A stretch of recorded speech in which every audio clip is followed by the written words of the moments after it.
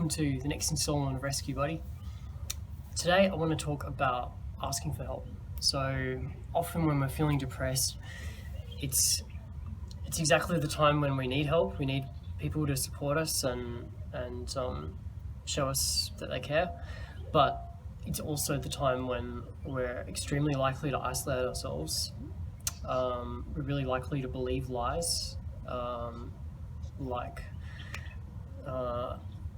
believing that people don't care about us, that they're gonna abandon us, people are gonna backstab us, they won't understand us, all kinds of things like that.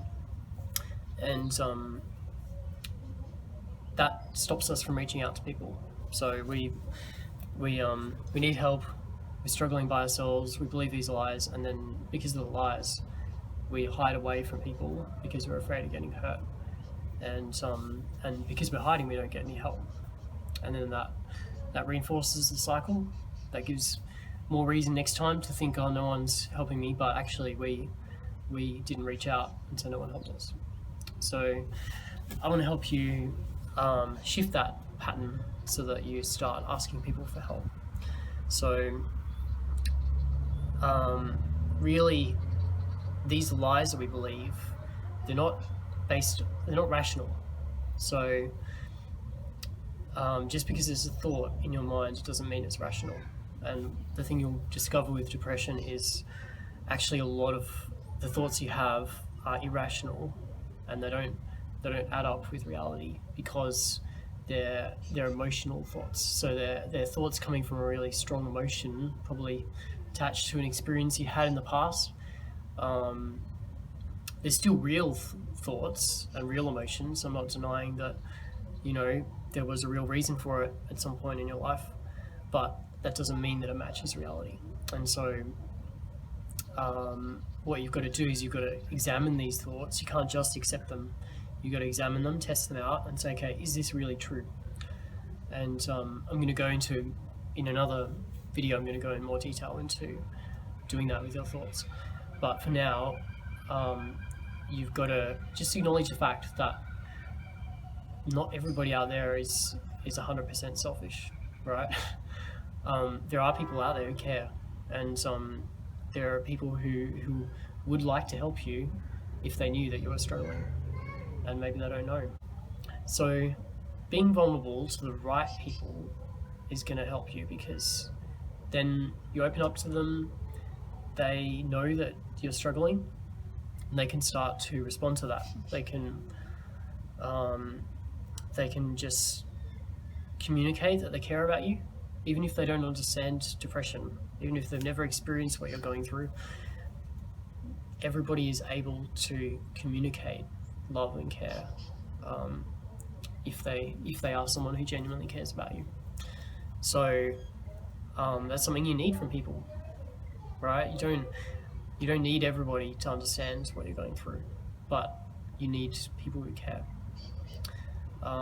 Some of them might understand. Sometimes we're surprised. Sometimes we make assumptions that people don't understand, that they haven't been through things that we've been through, that they just don't have the awareness that we have. But the fact is, sometimes people have gone through something difficult and we didn't know about it.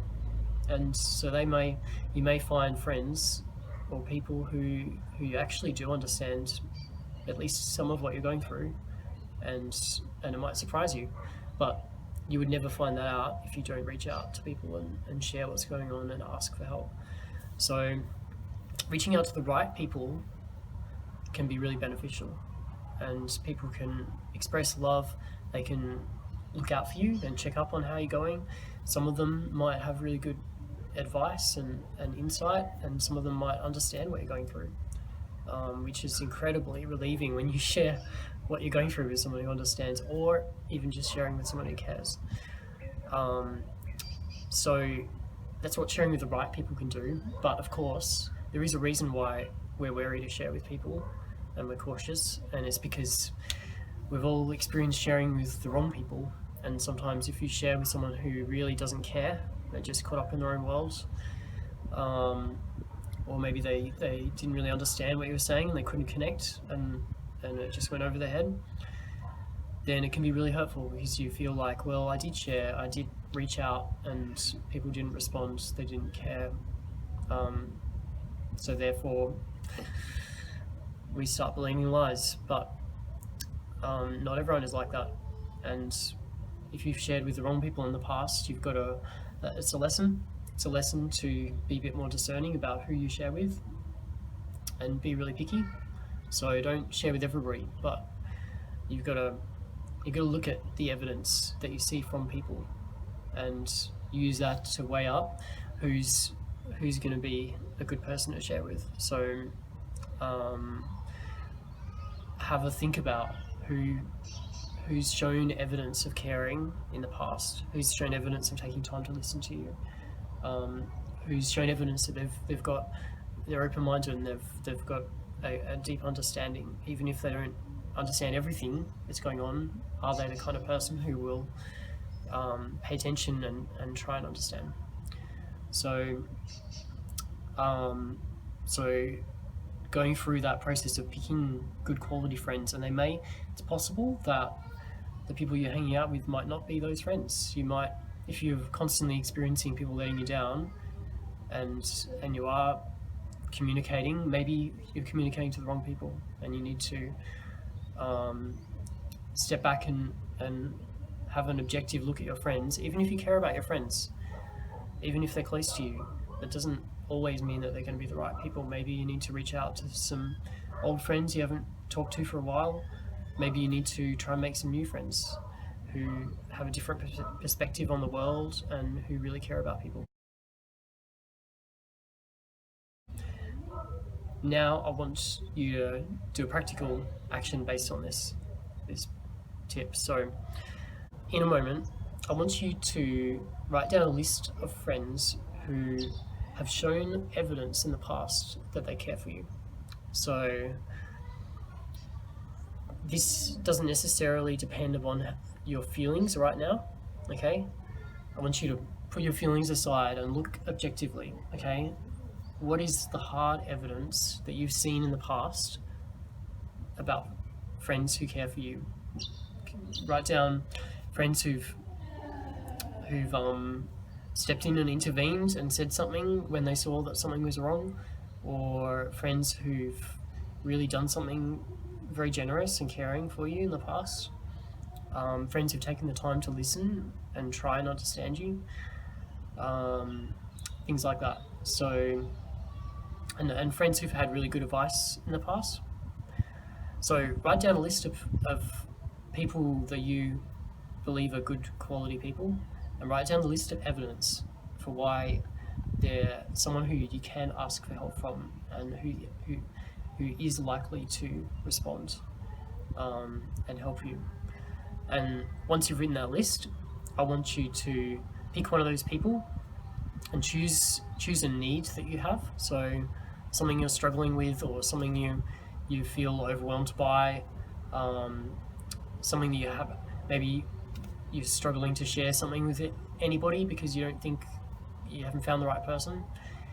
Pick one of these people, pick a need, and I want you to take action right now to share it with them. So send a message, write an email. If it's too overwhelming to try and communicate the needs, just send a message saying, I'm not okay. It's okay to just tell people you're not okay. And I actually had to do that recently, and it really helped. It snapped me out of what I was going through, because I reached out, I told people, look, I'm not doing okay, and then people started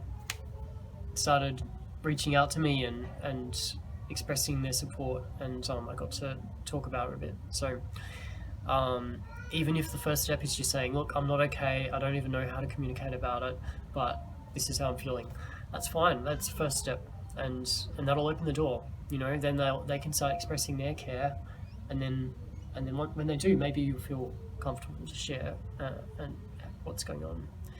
So there you go. Pause the video, go do it.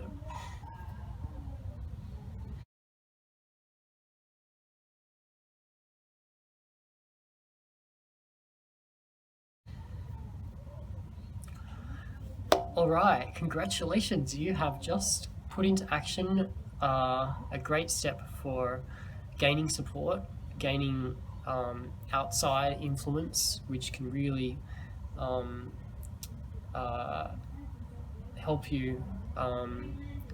It can charge you up because other people often have a lot more energy and positivity than you, and getting their input and their support is going to be great for you. So well done.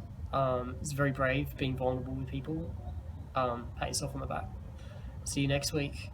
Don't forget to subscribe to my channel so you get my videos, which will hopefully be weekly, and look forward to sharing more with you.